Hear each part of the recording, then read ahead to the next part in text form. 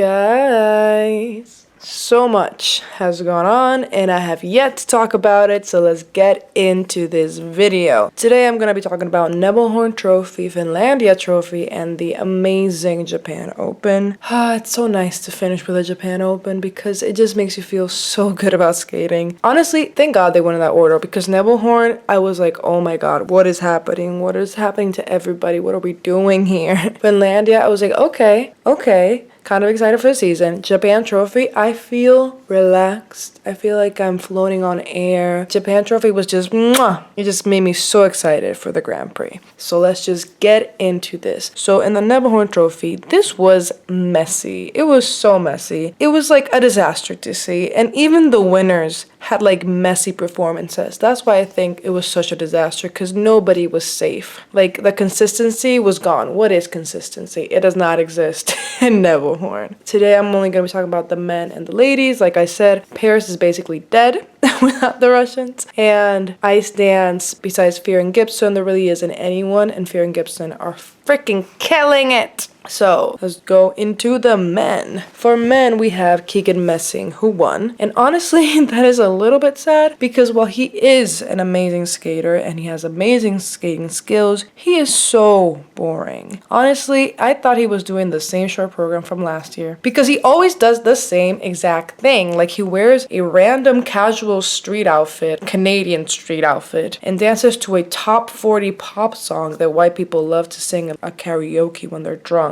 And it's the same energy of like an overexcited, cringy camp counselor telling you to dance along. And like I said, he won this event. Like this is how I'm talking about the winner. And he still had far from perfect performances. So it just kind of shows the state of like North American ice skating, I would say. This is our top North American performer right here. And then there were the Japanese men. I don't know. It's a little bit sad for me. Speaking of messy North Americans, we had the other Canadian in this competition, Roman Sadovsky, who went from having a pretty decent short to having probably one of the wobbliest performances to date in the long program. And that is a lot to say because Roman has never been known for consistency and has definitely been known more for his wobbles. Also, having the lyrics, "If I Just Lay Here, Would You Lie Down With Me," is probably not the best song to be consistently falling on the ice with. How many times do I have to say it? Steer clear of the songs with lie and falling repeatedly in the chorus, because when you're an ice skater, it feels 10 times worse when you fall during those lyrics. Like, it's just so bad and ironic, and it's almost like you're manifesting it for yourself. And for the love of God, Roman, change the shirt. Pepto-Bismol spilled on the concrete sidewalk has never been and will never be a good look on anyone. And after all, he still walked away with a bronze in this competition. My God. In second place of this competition, we had a young skater who I'm not completely familiar with. His name is Si-Hyung Lee. He is from South Korea and he skated really well. I'm looking forward to learning more about him. I'm glad that the Korean skaters are stepping up and taking advantage of this vacuum that the Russian band has left behind and are being placed on podiums on all these international competitions. Moving right along to the women at Nebelhorn. For the women, there were a lot of familiar faces. There was Gracie Gold, Madeline Skeezes, Star Andrews, but the one who took the gold is the forever fan darling herself, Luna Hendricks. I will say I love her short, low-key obsessed with the song, but I have yet to grow warm for her long program. I feel like it'll definitely grow on me throughout the seasons, but as of right now, not really my cup of tea. I'm mostly happy that much like the Korean skaters, Luna has stepped up and seen the opportunity that this season presents to her, and she is grabbing this opportunity by the neck. Like the absence of the Russian skaters has provided her for a season where she can literally cement her legacy. Like this season, I feel it's like where she's going to truly leave a mark and gain some prestigious titles in the Grand Prix circuit, and also very much at Europeans. In dance, like I said, of course, we had Fear and Gibson. They were there. They killed it. I'm obsessed with both their programs this season, and it's truly the only ice dance team I care for and cheer for. Moving right along to Finlandia Trophy, where my baby Junhwa Cha took the gold for the men. Hopefully this season my prayers are answered and Jun becomes one of the main players for men. Like, I really want Junhwa to take the season by storm and become a true Korean star. Use that star power to promote the sport globally. He is just so charismatic and so lovable, and him being the main man would be so perfect for my fantasy for this sport. And although we all know the Japanese men are the real forces this season, I love the 007 program, and I still don't know how I feel about using Michael Jackson in the long. Like, I love his interpretation, and I'm very glad it's from the musical, but I'm one of those people who stopped listening to Michael Jackson after all the crazy allegations, and so I'm growing into it, and he makes me like it. Let's just say that. Hopefully he surprises us all this season, and my prayers are answered, and he truly becomes one of the main men to look out for. Another notable participant in Finlandia was Team Tutberidze member himself, Morisi, who is still allowed to compete because he represents Georgia, not Russia, although he very much trains only in Russia alongside Team Tutberidze. He ended up taking silver at this event. So again, look at the state of the competition, look at the material, what is going on at this event, and none of the three main people from Team Tutberidze, Sergei, Danny, and Terry herself accompanied him to this event. He is not worth showing up for. Then we had the women, and the only person I'm going to talk about is first place winner Yelim Kim, who was wearing a beautiful dress. For a second, I thought her short program was Black Swan just because of the way of the dress, but it ended up being a completely different song, and I still very much enjoyed it. Again, very excited for Korea to just be gobbling up all these opportunities, taking it very seriously, and placing in various international events. Really enjoyed her performance this season and looking forward to her. Finally, we have the Japan Open, who is by far the most enjoyable out of these three events. And all the big names came out for this one. Like, the competition truly got me excited for the season, and I was just so warm and fuzzy from seeing all these familiar faces go out one after another. And they all had pretty good, solid performances, I would say. Also, seeing a stadium full of skating fans is always exciting to see. Like, the crowd was genuinely hyped and reacting to every fall, every jump, every showy move with excitement, clapping, and yelling.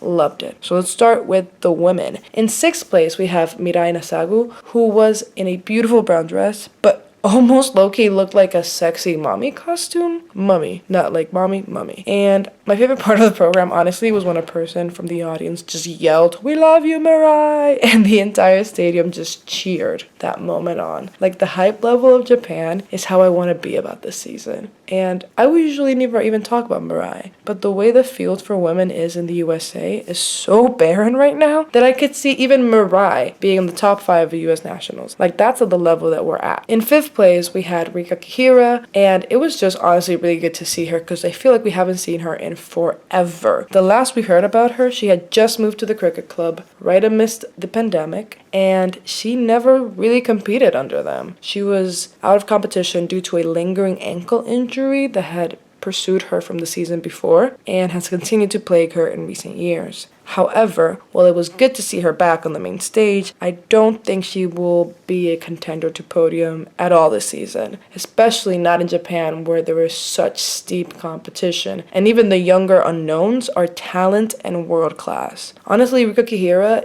if she was a US lady, then she would be in contention. But because she represents Japan, which is currently leading the pack for figure skating worldwide, she's just not going to make the same splash. However, still very, very happy to see her back. In fourth place, we have another ex-cricket club alumni, Ekaterina Kurakova from Poland. Honestly, it's kind of crazy to think about how the cricket club has kind of diminished to just basically Junhwa Cha now, and it is insane to think about that because just a few years ago, they were one of the main forces with numerous relevant stars. We had Medvedeva, we had Yuzuru, we had Javi, and we had so many stars, and they were just the other big skating school, and now it's just kind of like become June and maybe Jason? Like, Jason is probably still there, but he is definitely towards the end of his competitive career. So Anyways, back to Katerina. Not gonna lie, I do not like this up program, and I certainly don't like the bright yellow dress with up balloons painted across it. I feel like this girl, she has been stuck in a perpetual childhood with this kitty themed programs. Like, her packaging is just too infantilized. She's literally 20 years old, but they continue to package her like she is a child, which makes it seem not only lackluster, but also weird and also very much boring because she has perpetually played the same character, the same role since she was a preteen and has never switched it up. Although I'm glad she performed well enough here, I hope next season she can explore something different and kind of showcase more of her personality, whatever that might be. In third place, we had the current reigning U.S. national champion, Mariah Bell. And she is looking solid enough, more solid than I thought she would look, I'll admit. Well, that is a compliment. It also is a worry about the fact that she and basically 3 other skaters are everything the US has to show for. And yes, I'm counting the 2 young talents of Isabeau and Lindsay. Like, we continue to lack depth in the USA for new talents besides the 1 to 2 which spring up every other senior season. However, I gotta give credit where credit is due. Mariah looked, like I said, way better than expected, and maybe I expected less because we haven't seen her at all this season, but she seemed pretty solid, for a Mariah Bell program. And although I don't love her programs, they really do suit her well, and she seems confident with them. So hopefully she's consistent, and that's all I can ask for her. We interrupt this program for an important news announcement. Okay, pretty big update. Disregard anything I said about Mariah Bell even being in contention for the US Nationals. She has very recently announced that she will no longer continue to be a competitive figure skater, which we all saw coming, and that was kind of like my commentary about the fact that look at how much lack of depth there is in the sport, that the new young stars like Isabeau, Lindsay would have to compete against Mariah Bell, who is a very renowned and known skater who has been in the sport for so many seasons, and that's basically all the competition that they would have just because she is the US reigning national champion. But she recently announced that she is ending her competitive streak, which means we can for sure not expect to see her as a competitor in US Nationals. She posted on Instagram saying, "My heart is so full. I am so grateful for the highs and lows, struggles and success. This journey was hard and I didn't like it, but I always did love it. All of these experiences made me the person I am, a person ready to hang up with my competitive skating and take on the next part of my life with knowledge I could only gain through gliding across a cold sheet of ice every single day. My dreams became reality. I learned through perseverance and determination there are no limits. I've always strived to be true to myself and make no excuses when things do not go my way, and be thankful when they did. I hope others may find inspiration in my career. All good things must come to an end. I am so lucky I'm ending with my love of skating at an all-time high. Thank you from the bottom of my heart to everyone that supported me. You made my journey so much sweeter. See you on the ice again, but now just for the fun of shows." And honestly, it makes so much sense. Like, we saw this coming. I think she reached basically her peak in terms of titles by being the US national champion. She went to the Olympics. She was kind of in the spotlight a lot because of her kind of mentorship. I don't know if you can call it that. With Adam Rippon. She just went to the Japan Open and looks pretty steady, like you can hear in my previous coverage of it right before this interruption, that I was surprised by how stable and how happy and how kind of almost light she felt on the ice. And it's probably because she knows that she is no longer going to be competing. She's just going to be doing it for shows and for types of competitions like the Japan Open, which is mostly about the fun and the entertainment. So hopefully this inspires other young girls and we see people, take her success and just double and triple it, kind of like how Ilya Malinin has taken Nathan Chen's shoes. Is that the right metaphor?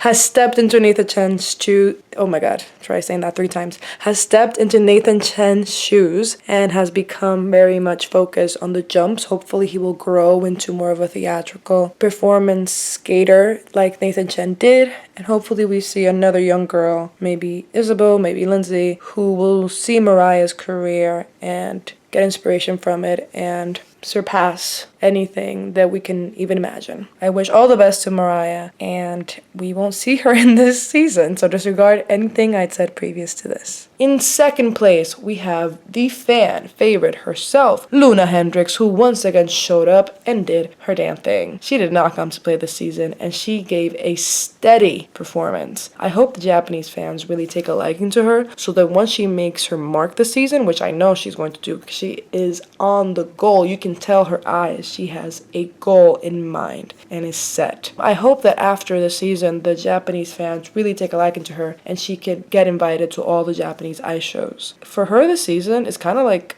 make or break. Like, she is cementing her legacy and getting that global name recognition, which is going to carry her throughout the rest of her career. So very excited for Luna. And then finally, in first place, we have the woman of the hour, Kaori Sakamoto, who is undoubtedly the strongest woman this season. She is the only medaling Olympian, as she is a reigning bronze medalist, Olympic medalist, and she is competing this season. And she, again, is the only Olympian who medaled because this season the Russians are banned. And she is maintaining that top dog spot. She is not playing around either. I really enjoy both of her programs, and I feel like the move for her to the Ice Academy under Marie-France and Patrice Lusson, plus this new haircut, has truly marked a completely new era for Kaori that keeps me excited about her performances. Also, seeing that she still enjoys ice skating so much only gets me excited even more. And she is wearing that haircut with style, I will say. I feel like this season for Kaori, just like for Luna, it's truly an opportunity. You can see they are grabbing as hard as they can, and they will cement their legacies by winning all these international titles, which will help their career, and honestly couldn't have been done otherwise. And they're taking this stuff seriously. This is honestly Kaori's world, and we're just living in it. Moving on to the men. In fifth place, we have the other fan favorite, Jason Brown, whose program I of course loved, and even his costume was very just wow. I think Jason is definitely not one of the big hitters this season for the men, but since he is a fan favorite and has yet to make any statement regarding his competitive career, I'm honestly just happy to see him on the ice and still innovating with his choreographic sequences. Like, that kneeling right before a jump, even though the jump didn't turn out well, was still iconic and the crowd was wild for it. Basically, I'm happy to see him happy and still be on the ice. The man got a standing ovation for a fifth place performance. That is a level of charisma on the ice that we need. In fourth place, we have the Italian Daniel Grasso, and yes, he continues to jump with his mouth open and his head back. I guess there really is no one doing that technique. But besides that, he has had pretty solid performances here and there, and if he is consistent, he might very well be a strong contender, especially for Europeans. In third place, we have the Japanese skater